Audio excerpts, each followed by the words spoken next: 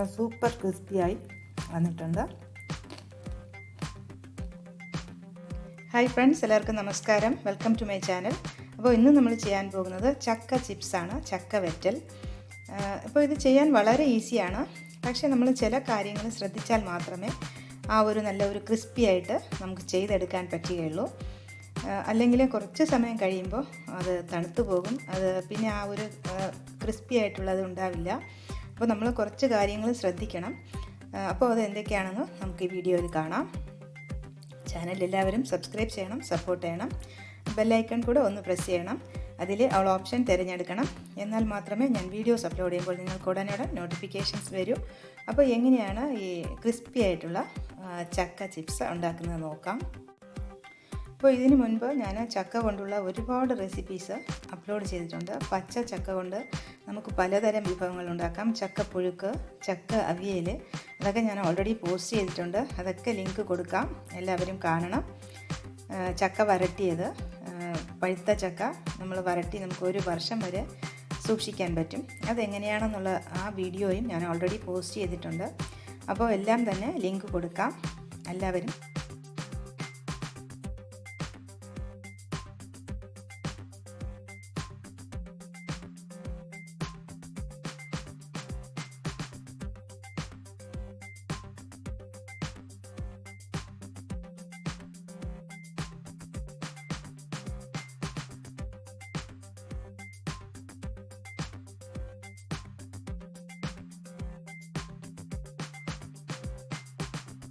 അപ്പോൾ ഇന്ന് നമ്മൾ ഉണ്ടാക്കാൻ പോകുന്നത് ചക്ക വറ്റലാണ്.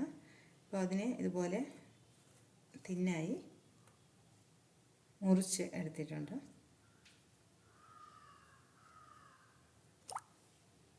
അപ്പോൾ നമ്മൾ ചക്ക സെലക്ട് ചെയ്യുമ്പോൾ തിന്നായിട്ടുള്ള ചുളയായിരിക്കണം. കട്ടി കൂടിയ തിക്കായിട്ടുള്ള ചുളയാണെങ്കിൽ നമ്മൾ വറുത്തെടുക്കുമ്പോൾ നല്ല ക്രിസ്പി ആയിട്ട് വരില്ല.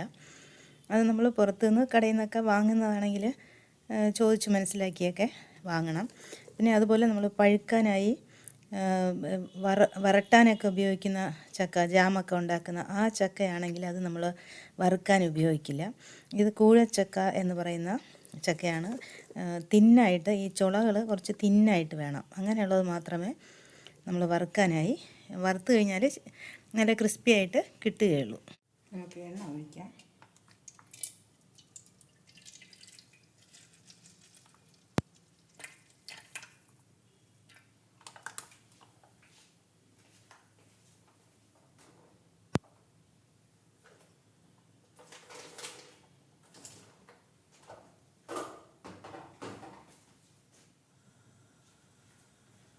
അപ്പോൾ നമ്മൾ സ്ലൈസ് ചെയ്തെടുത്ത ചക്ക വേറൊരു പാത്രത്തിലോട്ട് കുറച്ച് മാറ്റി വെച്ചു. എന്നിട്ട് അതിൽ ഒരല്പം മഞ്ഞൾപ്പൊടി ചേർത്ത് കൊടുക്കാം.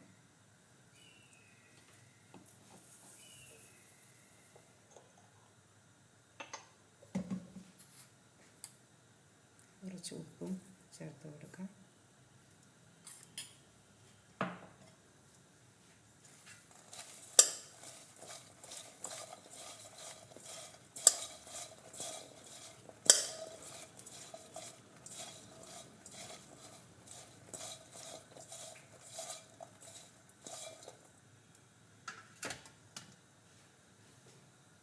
അപ്പോൾ ഞാനിത് മിക്സ് ചെയ്യുമ്പോൾ കയ്യിൽ ഒരല്പം വെള്ളം നനച്ചതിന് ശേഷം ഇങ്ങനെ ഒന്ന് മിക്സ് ചെയ്ത് കൊടുത്തു.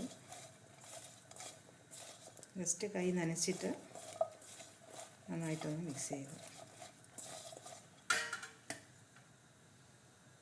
നമുക്ക് എണ്ണ ചൂടായി നോക്കാം.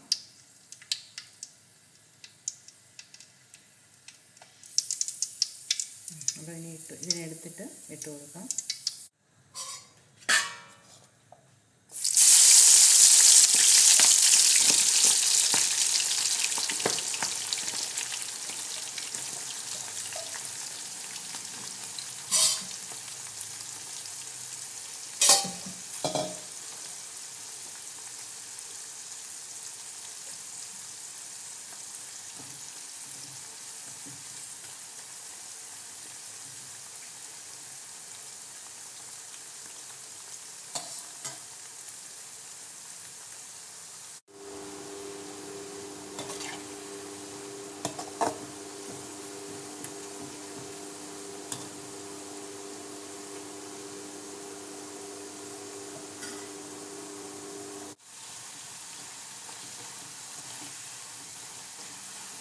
ഇപ്പോൾ ഫ്ലെയിം ഞാൻ നല്ല ഫ്ലെയിമിലാണ് വെച്ചിരിക്കുന്നത്, കുറച്ചിട്ടില്ല.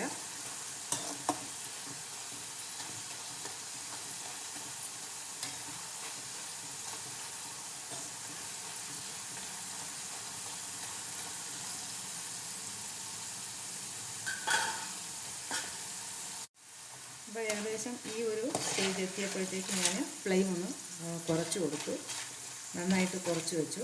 അപ്പോൾ നമ്മളിങ്ങനെ ഇളക്കുമ്പോൾ നല്ലൊരു ശബ്ദം കേൾക്കാം. ഒരെണ്ണം വേണമെങ്കിൽ എടുത്ത് നമുക്ക് ടെസ്റ്റ് ചെയ്ത് നോക്കാം പാകമായിട്ടുണ്ടോ എന്ന്.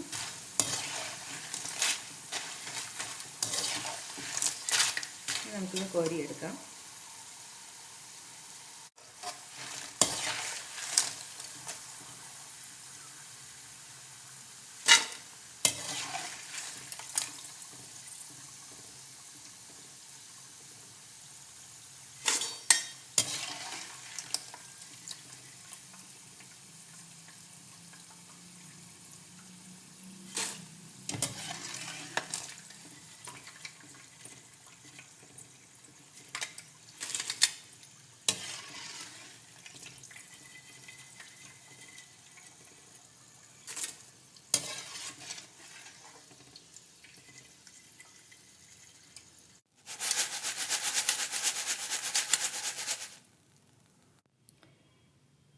അപ്പോൾ നമ്മൾ ഈ ചിപ്സ് നന്നായിട്ട് തണുത്തതിന് ശേഷം മാത്രമേ നല്ല ഒരു ബോട്ടിലിൽ നന്നായിട്ട് ടൈറ്റായിട്ട് അടച്ച് വെക്കണം.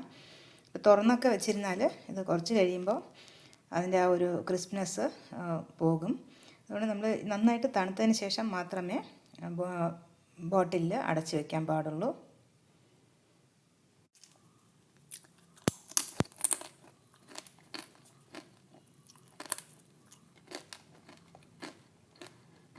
നല്ല സൂപ്പർ ക്രിസ്പിയായി വന്നിട്ടുണ്ട്.